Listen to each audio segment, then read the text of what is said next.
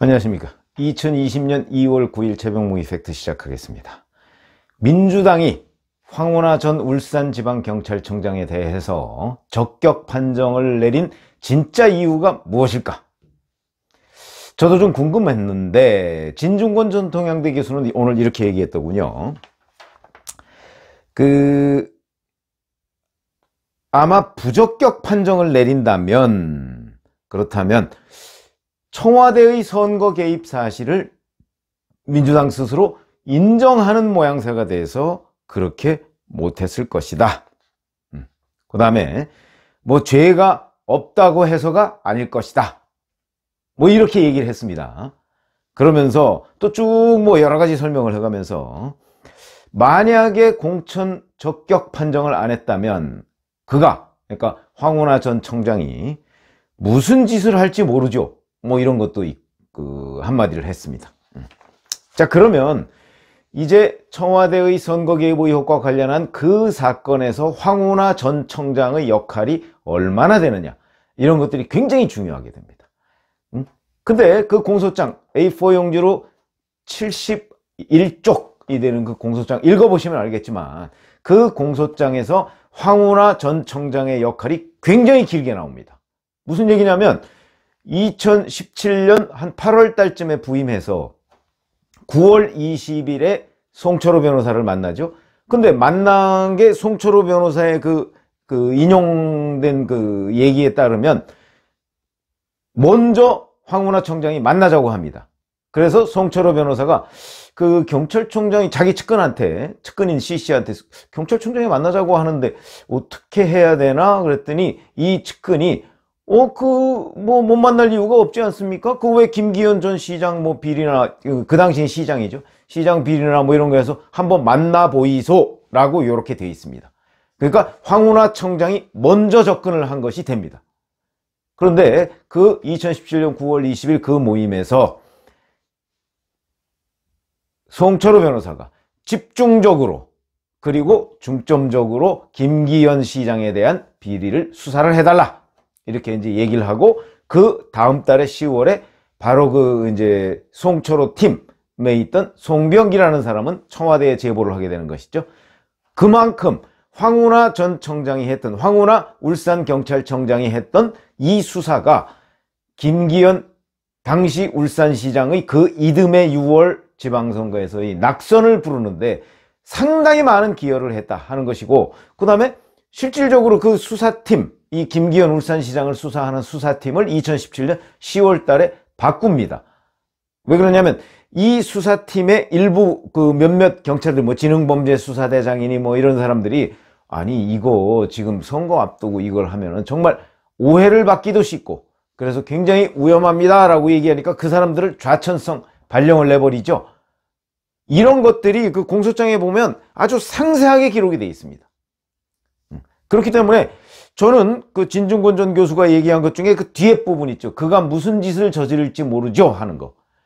여기에 굉장히 주목하게 됩니다. 만약에 지금 대전 중구에서 출마하겠다는 건데 대전 중구 출마를 적격 판정을 안 내린다고 했을 경우에 황운하 전 청장이 알겠습니다. 그러면 제가 검찰에 가죠. 이렇게 얘기하면 지금 공소장에 있는 내용을 현재 황운하 청장은 대부분 부인하고 있죠. 완벽하게 부인하고 있습니다. 그런데 그것을 만약에 다 시인한다. 사실은요, 청와대에서 이만저만 했고요. 다 시인한다. 그러면 오늘 한 민변 변호사가 그렇게 얘기했더군요. 공소장 내용이 다 사실이면 대통령 탄핵갑니다. 그렇죠.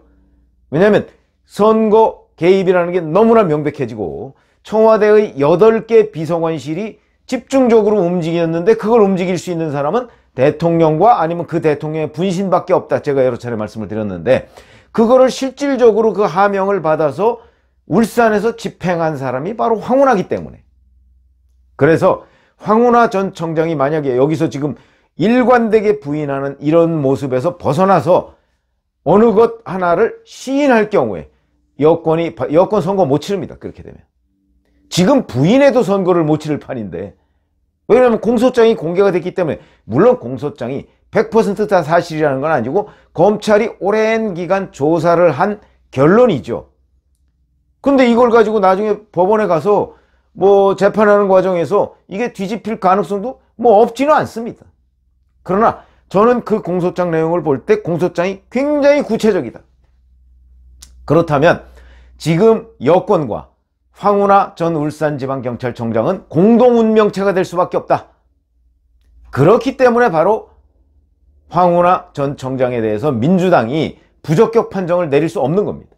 부적격 판정을 내릴 경우에 황운하 전 청장의 그 태도를 여권에서 통제할 수 없는 상황이 될 수가 있을 것입니다. 저는 진중권 전 교수가 해서 그가 무슨 짓을 할지 모르죠 라는 그 부분이 있지 않습니까? 이 부분이 굉장히 중요하다. 그래서 민주당으로서는 황운하 전 청장에 대해서 끝까지 백업, 끝까지 지원을 할 수밖에 없을 것이다. 왜냐하면 지원을 안 할 경우에 황운하 전 청장이 정말 있는 그대로, 저는 있는 그대로라는 표현을 썼습니다. 그건 무슨 얘기냐면 공소장에 나온 대로 가서 검찰에 가서 시인을 해버리거나, 이제 기소가 됐으니까 이제 법정에 가서 하겠죠. 법정에 가서 시인을 해버리면 여권은 만약에 그 일이 4.15 총선 전에 이루어진다면 선거를 망치게 될 것이고, 총선 후에 이루어진다면 그 후에는 여전히 문재인 대통령 탄핵까지 얘기하는, 거론되는 야권에서 그런 상황을 맞을 것이기 때문에 아마 황운하 전 청장에 대해서는 끝까지 지원을 하려고, 엄호를 하려고 할 것이다. 그러면 황운하 전 청장과 같은 입장을 보이고 있는 사람들이 누구냐? 잘 아시죠? 그 운명 공동체로 엮여 있는 사람들. 송철호 변호사, 송철호 현 울산시장, 그 다음에 송병기 전 울산시 부시장, 그 다음에 백원호 전 민정비서관. 이 사람들은 황운하 전 청장과, 그러니까 이 사람들과 여권이 결국은 황운하 전 청장과 운명 공동체가 됐다. 여기에서 누구 하나가 만약에 이탈을 할 경우에 지금 여권의 이 청와대 울산 그 시장 선거 개입 의혹 사건의 방어선이 무너질 수가 있다는 거죠. 그래서 아마 여권은 지금 예의주시하고 이 부분을 관찰을 하고 있을 것이고, 특히 황운하 전 청장 부분에 관해서 아마 집중적으로 관리하는 상황에 처해 있을 것이다 하는 것이고, 그렇다면 이 공소장, 검찰이 지금 이제 법원에 제기한 이 공소장은 그럼 누구 얘기를 들었을까? 그것도 궁금하시죠? 이게 이제 지금 여권이 황운하 전 청장과 공동운명체라고 하는 거와 반대로 그 반대쪽에서 그러면 검찰은 누구 얘기를 듣고 이렇게 상세한 얘기들을 지금 공소장에 적어놨을까? 그 첫 번째, 박영철 전 청와대 반부패 비서관이다.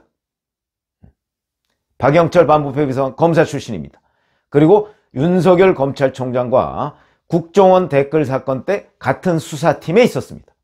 윤석열 사단이라고 부를 수 있는 사람입니다. 근데 이 사람은 그러면 왜 사실대로 검찰에 가서 얘기를 했는가? 첫 번째, 아마 윤석열 검찰총장과의 의리, 정의감, 이런 것 때문이었을 것이다. 그 다음에 또 하나, 백원우 전 민정비서관과의 그 묘한 갈등 관계라고 봅니다. 청와대 민정수석실, 그러니까 조국 민정수석 산하에 백원호 민정비서관이 있었고 박영철 반부패 비서관이 있는데, 거기에서 실질적인 민정수석은 백원호 전 비서관이었을 것이라는 것을 제가 한번 말씀을 드린 적이 있는데, 박영철 전 비서관 입장에서 본다면 백원호 전 민정비서관이 행정능력이나 여러 가지 면에서 도저히 인정할 수 없는 부분이 저는 굉장히 많았을 것이라고 짐작을 합니다. 그렇기 때문에 상황이 이렇게 된 마당에 박영철 전 비서관은 사실대로 얘기해서 본인의 정의감을 충족시킬 수밖에 없었다, 이렇게 생각합니다. 그래서 아마 검찰에 가서 제가 느끼기에는, 그리고 제가 취재한 바로는 박영철 전 비서관의 진술이 사실은 이 선거 개입 의혹 사건의 전체적인 그림을 그리는데 굉장히 큰 기여를 했다, 이렇게 듣고 있거든요. 그거 하나. 그 다음에 또 하나는 바로 수사팀입니다. 실제 울산지방경찰청의 수사팀, 주로 지능범죄 수사대에서 이걸 수사하고 있었는데 2017년 10월 달에 황운하 전 울산경찰청장이 그 지능범죄 수사대 경찰들한테 밥값을 제대로 못한다 뭐 이런 식으로 해가면서 김기현 시장 쪽의 수사를 보다 더 철저히 해라 이런 식으로 지시를 했다는 거 아닙니까? 그 지시를 받은 사람들이 누구냐? 바로 그때 지능범죄수사대장과 경찰들입니다.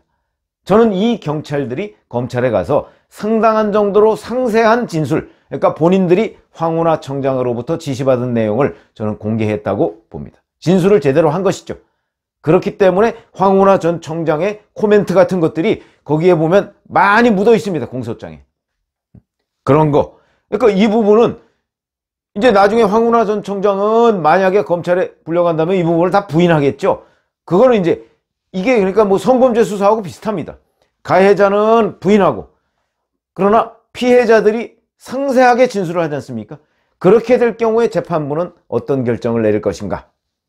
그것은 이제 뭐 여러 가지의 뭐 판사에 따라서 조금씩 다르긴 하지만은 진술의 일관성, 객관적인 정황 뭐 이런 것과 이제 맞춰봐서 유죄 여부를 확정을 하는데 이 경우가 바로 그와 유사한 사례가 될 것이다. 저는 이렇게 봅니다. 그게 무슨 얘기냐면 백원우 전 민정비서관이나 황운하 전 청장이나 이런 사람들은 아마 전부 다 부인을 할 겁니다. 그런데 자, 박영철 전 비서관이나 아니면 그때 울산지방경찰청에 소속돼 있던 수사팀, 김기현 수사팀은 대부분을 인정하고 있는데 누구의 진술이 더 객관적 정황과 맞고 일관되느냐. 여기에는 또 하나 송병기 씨의 그 업무 수첩에 적혀 있는 내용들도 상당히 있습니다. 이 부분이 저는 상당히 중요하다. 그러니까 지금은 이 선거개입 의혹 사건과 관련해서 황운하, 송철호, 송병기, 백원우 등 이쪽 청와대와 경찰팀 그쪽하고 이쪽은 박영철과 울산지방경찰청 그 처음에 교체됐을 당시에 그러니까 좌천 인사된 그 경찰들 이 사람들이 지금 대립하는 이런 구도로 돼 있고요. 그 다음에 여기에 이제 송병기 씨의 업무 수첩 뭐 업무 수첩에 여러 가지 뭐 쓸데없는 얘기들 적어놓지는 않았을 테니까 그거와 객관적 정황 그리고 이 사람들 사이에 오간 통화 내역 문자 메시지 이런 것들이 종합적으로 고려가 돼서 저는 공소장을 검찰이 작성을 했다고 보거든요. 그러니까 검찰이 저 공소장을 작성했으면 작성한 근거가 있을 겁니다. 그 근거를 가지고 이제 결국 법정에서 이쪽 팀과 이쪽 팀이 맞서가면서 싸울 텐데 자 그러면 누구 손을 들어줄 것인가 판사는 대단히 중요하죠. 그러나 그거는 뭐 아마도 총선 후에 재판이 이루어질 것으로 봅니다. 우선 최강욱 현 공직기강 비서관 재판은 4월 21일에 열린다고 합니다. 총선 후죠 당연히. 그리고 나머지 이제 12명 이번에 13명이 한꺼번에 기소가 됐으니까 12명은 아직 재판 날짜가 잡히지는 않았는데 제가 보건대는 아마 지금 뭐 김명수 사법부 아닙니까? 김명수 사법부이기 때문에 전체적인 공감대 뭐 이런 거와 관련해서는 아마 총선 후에 재판 날짜를 전부 잡지 않을까.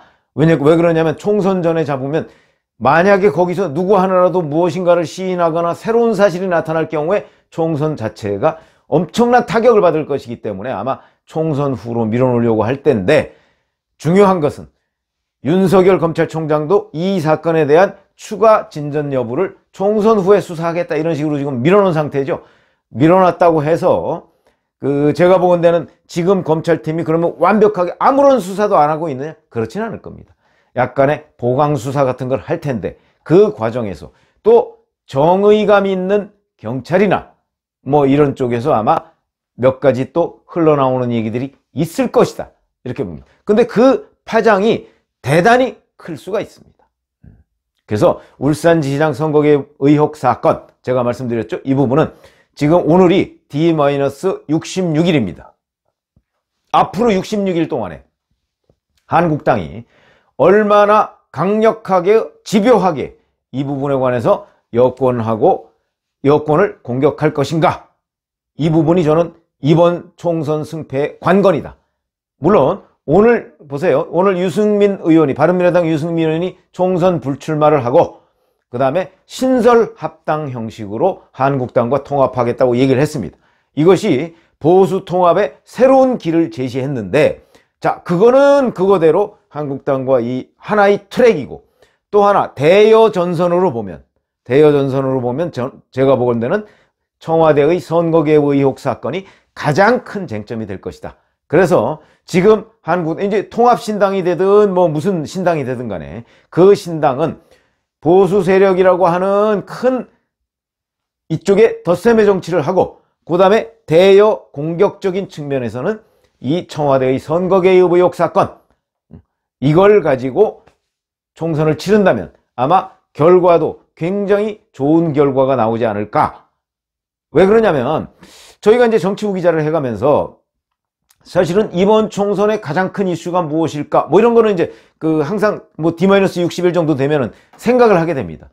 그게 바로 인물정책 구도인데, 구도상으로 보면 지금까지는 그 보수 세력이 흩어져 있었으니까 구도상 어마어마하게 불리했다. 그런데 보수 세력이 통합하기로 했기 때문에, 이제는 우파 세력이 통합하기로 했기 때문에, 물론 아직도 뭐 우리공화당이나 뭐 이현주 의원의 전진당이나 뭐 이정현 무소속 의원이나 뭐 이런 몇 가지가 있습니다. 그러나 그런 데는 기본적으로 세력으로서 존재한다기보다는 약간 개별적인 뭐 역할을 하는 그런 사람들이기 때문에 아마 세력으로 존재하는 것은 일단 통합의 기류를 탔다. 이렇게 보면요, 이쪽에 구도상으로는 지금 여권에 밀리지 않는다. 이렇게 보고요. 인물이야 뭐 사실은 지금 여당 사람들보다는 지금 한국당의 인물이 더 많은 편입니다. 다만 주목도가 여당이 주목을 많이 받게 돼 있는 거니까 그런 점에서 인물 밀리지 않죠. 구도 밀리지 않죠. 정책은 이제 지금 민주당이 아마 약간의 포퓰리즘을 할 텐데, 선거 때 되면 이게 포퓰리즘과 반포퓰리즘이 어찌 보면 큰 차이가 안 납니다. 그런 점에서 본다면 인물 정책 구도 모든 면에서 이제 한국당 우파 세력, 뭐 한국당이라는 건 이제 곧 없어질 테니까 우파 세력과 민주당 세력이 거의 엇비슷해졌다. 선거는 지금부터 시작이다. 이렇게 지금 얘기를 할 수가 있을 것이고요. 그 다음에 그러나 이쪽은 전가의 보도는 아니지만 지금 현재 청와대 선거 개입 의혹 사건이라는 호재를 맡고 있는 겁니다. 이 호재를 잘 활용하는 능력, 이런 것들이 굉장히 중요하다. 이 호재를 어떻게 활용할 것인가에 승패가 달려있다고 해도 과언이 아니다. 이런 말씀을 드립니다. 제가 오늘 드리고자 하는 말씀은 여권과 황운하 전 청장이 공동 운명체다. 그래서 왜 황운하라는 이 재판에 넘겨지고 유죄 판결을 받을 가능성이 굉장히 많은 사람을 적격 판정을 내린 진짜 이유가 바로 무엇일까? 바로 공동 운명체이기 때문이다. 라는 말씀을 드리고자 했던 것입니다. 감사합니다.